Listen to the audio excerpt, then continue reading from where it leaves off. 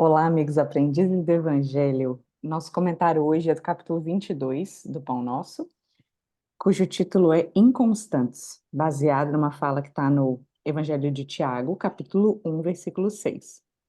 Porque o que duvida é semelhante à onda do mar, que é levada pelo vento e lançada de uma para outra parte.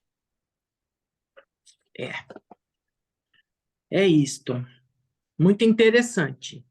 E aí, ser constante é um desafio dentro da doutrina, né? E é claro que a gente vai vacilar e a espiritualidade, Deus, Jesus conhece as nossas dificuldades, né? Então, a gente vai errar. Isso é normal. Nós estamos na caminhada. Mas errar tudo bem, mas a gente tem que levantar e caminhar novamente, seguir, certo? Então, é necessário a gente ter resiliência para enfrentar as lutas que nós temos a necessidade para evoluir. E a maior luta é vencer a nós mesmos, né? É, e Tiago traz o exemplo da natureza, né, nesse versículo, para mostrar a inconstância que a gente tem. Então, nós somos inconstantes até o momento que a gente esteja num nível de ter luz, e aí a gente passa a ser constante. É claro que isso demora. E o tempo é inconstante, né? Porque o tempo é inconstante, o tempo como a gente conhece. Mas a eternidade, a espiritualidade é constante e está de acordo com as leis permanentes de Deus, ok? Então, nós viemos na inconstância para encontrar o constante, né? Então, assim, a gente nasce, né? A gente nasce lá como espírito é, é, ignorante, e a gente vai ganhando, vai ganhando, vai ganhando, e nesse vou ganhando, a gente vai errando, por isso dá essa inconstância, até que a gente chega lá no topo, e aí a gente passa a ser constante. Então, a inconstância, ela faz parte da caminhada. O homem é muito inconstante em tudo que faz. Nos pensamentos, nas ações, nas atitudes, nas palavras, a gente é muito inconstante, né? E é claro que existem raros espíritos que já estão na constância, né? Principalmente naqueles que vivem aqui no planeta Terra, certo? Mas tem, são poucos, mas tem. É, e muitas vezes nós somos inconstantes para que a gente não saia da zona de conforto, né? Porque a zona de conforto, para a gente sair da zona de conforto, eu vou ter que me enfrentar a mim mesma, as minhas dificuldades, eu vou ter que criar responsabilidades. E muitas das vezes a gente não quer isto, né? Não é que a gente não quer, nós não queremos enfrentar. E aí, então, a gente arruma um monte de desculpas. A gente arruma aí negociações, né, com Deus. Ah, eu faço isso, mas em compensação eu quero tal coisa, né? Esse tipo de coisa existe. Bom, é, e principalmente isso ocorre no âmbito religioso, né? Que é, a gente às vezes, na questão religiosa, a gente não quer se enfrentar, não quer enfrentar a responsabilidade, a gente não quer. E aí a gente hesita. Então, quando eu estou lá no centro espírita, e aí o pessoal fala assim: olha, Polônia, você já pode fazer um trabalho, e aí? Que tal? Aí eu arrumo alguma desculpa e caio fora de lá, porque eu não quero isso. Aí eu vou para outra religião, e lá eu vou, tal. Quando chega a hora de eu praticar uma coisa, não, isso não é para mim, então eu parto para outra. E assim vai indo, né? É, toda vez que a gente recebe um convite para ter a responsabilidade, a gente hesita, né? É, e aí, neste caso, é que entra aquela frase tão famosa do Evangelho, que é não servir a Deus e a Mamon. É nessa questão que entra. Ou, quando a gente assume uma tarefa e a gente não tem a resiliência, né? Na primeira dificuldade, a gente joga a culpa no outro, porque às vezes a gente chega a assumir uma tarefa, principalmente quando é tarefa mediúnica, né? E aí, então, na primeira dificuldade, a gente já joga a culpa no próximo e a gente cai fora, né? Então, a gente não quer ter o trabalho com Cristo, certo? Porque para a gente, se a gente tivesse esse trabalho com Cristo, as coisas seriam muito mais fáceis, né? Mas nós ainda somos bastante levianos nessas questões, né? E essa leviandade, muitas das vezes, ela aparece também com o nosso corpo físico, com o nosso emocional. E aí, assim, a gente colhe os frutos, que são, às vezes, muito amargos, né? Daquilo que a gente plantou. E os frutos do trabalho espiritual, ele é a longo prazo. Não é assim, então a Polônia vai fazer aqui um trabalho mediúnico, ou vou lá na casa, vou começar a trabalhar, e aí eu vou ganhar, né, todos os elogios, vou ganhar aumento de salário, minha família. Não é isto, isso não acontece. Isto é bem a longo prazo, tá? Temos que ser perseverantes nos nossos propósitos e nas relações com as pessoas, porque dentro do lar a gente encontra muita dificuldade, né? E aí não dá para a gente desistir, sabe? A gente, sei lá, estou com uma dificuldade de relação com minha mãe, por exemplo, então eu deixo de falar com ela e nunca mais falo com ela e pronto, resolvo a questão. Eu estou arrumando novos problemas. Então, a gente tem que ter essa resiliência, ser perseverante e tentar encontrar o ponto de equilíbrio. Às vezes, a gente, com tudo isso, né, que as pessoas fazem, as pessoas às vezes sentem um grande vazio, né? E porque as pessoas são muito superficiais, né? Tudo é muito superficial. E aí isso dá um vazio muito grande.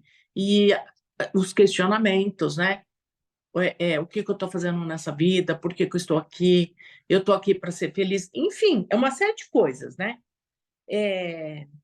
E Deus sempre nos chega, seja por um amigo, seja por uma doença, seja por...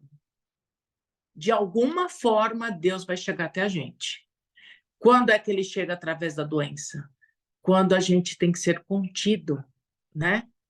Muitas das vezes a gente tem que ser contido em algum vício, em alguma situação que a gente está passando o limite. Só que é claro que quando a gente está vivenciando isso, a gente não entende dessa forma.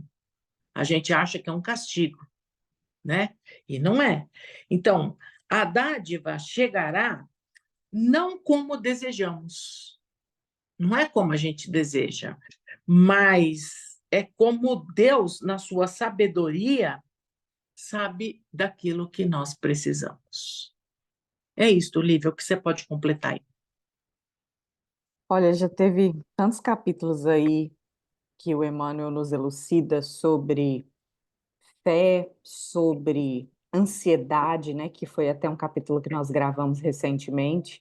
E essa inconstância vem mais uma vez lembrar disso, falando agora do oposto, né, chamando a atenção para o perigo de não ser fortalecido na fé o suficiente e nos deixar levar pela ansiedade que causa essa inconstância.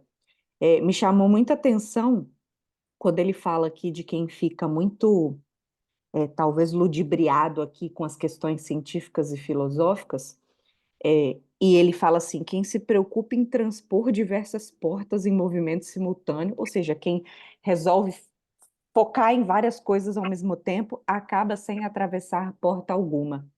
E essa madureza espiritual, que é um amadurecimento, né? Não passar por isso, Sim, não, não sim, se não se agitar com isso, é uma questão de amadurecimento, é uma questão de fortalecimento na fé, e isso exige treino da nossa parte, né? Isso exige que a sim, gente confie na divindade.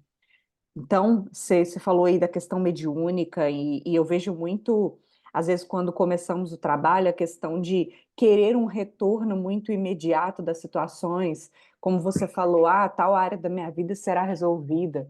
E às vezes o que nós encontramos já de cara é o contrário, problemas surgem, na verdade, ainda mais. E é, por isso a importância de estudar junto, né? De não só ir, por exemplo, procurar uma religião, um centro, um atendimento fraterno, buscando a solução para os problemas. Porque, claro, tantos e tantos de nós chegamos por necessidades críticas de sermos consolados, e a doutrina espírita tem essa vertente de consolo. Mas, junto com o consolo imediato que acalma o coração, precisa vir o esclarecimento para que a gente não fique, primeiro, para que a gente não seja só assistido, como sempre, né? Porque o principal é o trabalho, né? Nós estamos aqui para trabalhar, para dar de nós. Então, mesmo que a gente que a dor seja a porta de entrada para conhecermos o espiritismo, né, para mudarmos o rumo da nossa vida e tudo mais, a proposta é que a gente vá além. E para a gente ir além, a gente tem que desenvolver essa confiança, a resiliência que você tanto falou, e treinar, porque é comum ser inconstante no começo da nossa caminhada. Só que conforme a gente vai avançando, a espiritualidade espera mais de nós, né? Ao invés de ser, aí, como ele falou, como as ondas do mar, vão e voltam, e a gente fraqueja e levanta e tudo mais, que a gente consiga persistir um pouco mais. Que quando a gente começar um trabalho, que a gente tenha a paciência e não queira colher os frutos imediatamente, não queira obter respostas imediatas, porque isso tudo só vai nos causar mais ansiedade. E aí é, entra também que o evangelho sim é repetitivo, mas a gente precisa repetir porque a gente não aprende. O autoconhecimento é um caminho muito imprescindível para que a gente entenda por que eu estou tão angustiado querendo algo, de repente querendo que a espiritualidade me prove alguma coisa, né? Tipo, me mande um sinal, falando aqui dessas portas que a gente resolve atravessar, desses objetivos diferentes que a gente resolve perseguir. Às vezes a gente quer sinais do céu, né? sim, E não é assim. Como é que a gente quer que o sinal chegue se a gente não sintoniza, né? É assim, como é que eu quero que a minha TV pegue aqui o sinal aberto se eu não colocar uma antena para que isso aconteça? E essa antena depende de nós, depende do nosso sim, esforço. sim, é E não verdade. é na primeira vez que a gente vai obter, né? Aí entra a constância, para que a gente não seja inconstante de fraquejar e desistir, para que a gente persista, porque não é um caminho fácil, o evangelho, por isso precisa, né? Precisamos aí das doses diárias, para que quando venham as dificuldades, a gente esteja melhor preparados para passar pelo que virá. Verdade, Isso, esse foi é o que, isso. o que o capítulo chamou a minha atenção aí. Sim, É, gostei muito. muito. A gente convida o pessoal a ler, né? Porque é importante para a gente ter uma nova forma de reflexão, né? Para que não fique só na nossa, e a gente convida assim a todo mundo, para que a gente nesse momento possa assim fechar os nossos olhos e que nós possamos assim doar os nossos melhores sentimentos, os nossos melhores pensamentos, e vamos assim envolvendo, primeiramente, a nossa casa, o local onde nos encontramos, envolvendo assim todos os nossos familiares, mesmo aqueles que não se encontram do nosso lado neste momento, que não esteja em nosso lar, mas que a espiritualidade possa buscá-los e envolvê-los aonde estiver. Vamos assim pedindo que a espiritualidade deixe plasmado muita luz e muita energia em nossa casa, que possamos deixar a constância, ou que a gente possa perceber o quanto somos inconstantes, para que a gente possa, de alguma forma, ir acertando a nossa linha da constância em nossas orações, em nossas preces e a nossa ligação com a espiritualidade maior. Vamos assim envolvendo toda a nossa rua, nosso bairro, nossa cidade, o nosso estado, envolvendo todo o nosso país e dentro do país envolver todos os povos que aqui vivem, os hospitais do país todo, aonde houver um leito de dor, que possa assim a espiritualidade estar ali em constância nas vibrações para a melhora de todos. Envolvemos assim também todas as escolas, das creches a universidades, para que esses companheiros possam se encontrar em livre ou com uma cúpula espiritual protetora, para que possa ficar livre das investidas negativas existentes nesses ambientes. E de nosso país vai saindo assim luzes que vai buscando todos os países do planeta Terra, principalmente aqueles onde a guerra impera, a fome, a violência.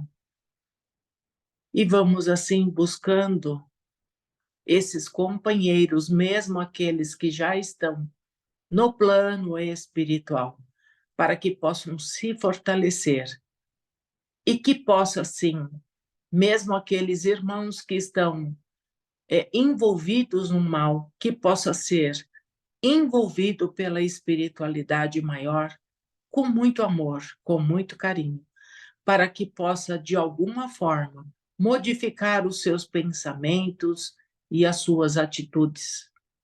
E assim nós vamos ainda buscando todos os moradores deste grupo e a casa de Cataguases, aonde nós vamos assim fortalecendo essas energias e doando à espiritualidade maior os nossos melhores pensamentos e sentimentos, para que Bezerra de Menezes possa utilizar aonde se faz necessário.